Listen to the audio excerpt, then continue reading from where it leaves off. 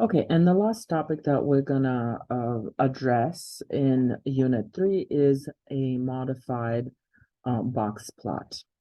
So a modified box, remember we mentioned that outliers affect our data set, our averages a lot, and sometimes we just drop the extreme values.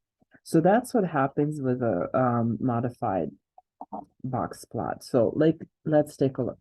Says a modified box plot incorporates a test for outliers, and it represents those values on the box plot with an open circle. So here's an example. A regular box plot would, the whisker would be out here where the smallest value is. But if we identify those two values as outliers, we don't have to make that whisker that long. We're gonna stop here. We're gonna call this value a fence, right? And this is where the majority of our data is. So we see that the majority of data is here, and over here we just have two outliers. Okay. A data point is considered an outlier if it is more than 1.5 IQRs or interquartile range from the box portion of the box plot. So how do we create a modified box plot? Step 1, we're going to determine quartile 1 and quartile 3 values. Once we know those values, we're going to compute the interquartile range, and that or IQR. And the way we compute it is we take Q3 value and subtract the Q1 value. So let's actually let's do that. Let's for the data set that we looked at before. So I just copied my 5-number summary up here. The Q1 value is this one, 64. The Q3 value is 68. So in order to find IQR for this data set, I will do 68 minus the 64, and that would give me 4 units. Okay, next step is to determine the fences. Fences serve as cutoff points for determining outliers. So basically, this is a fence right here, and this is a fence right here in this picture. Okay, so let's find it for our data set. So we have Q1, which is 64 minus 1.5 times 4. What is that?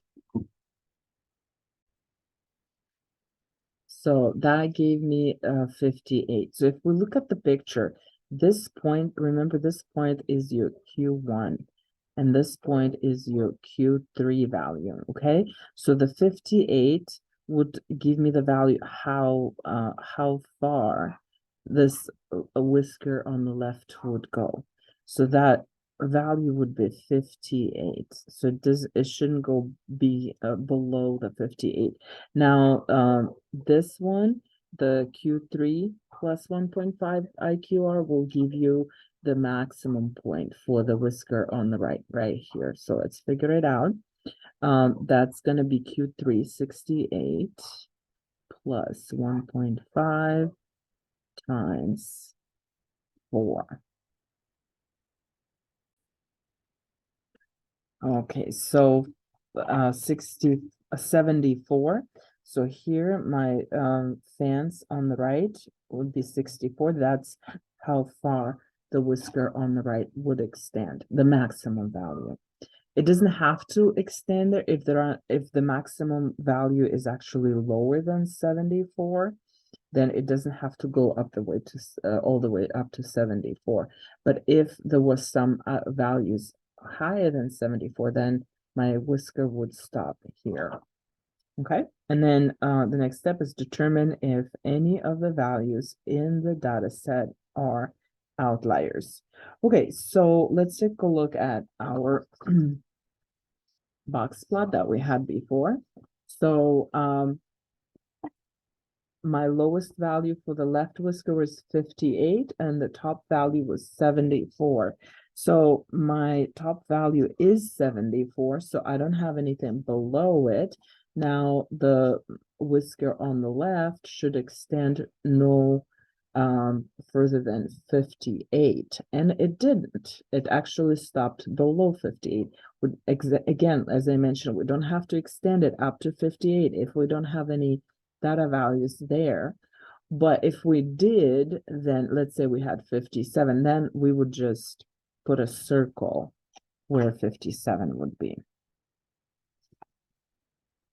That's the modified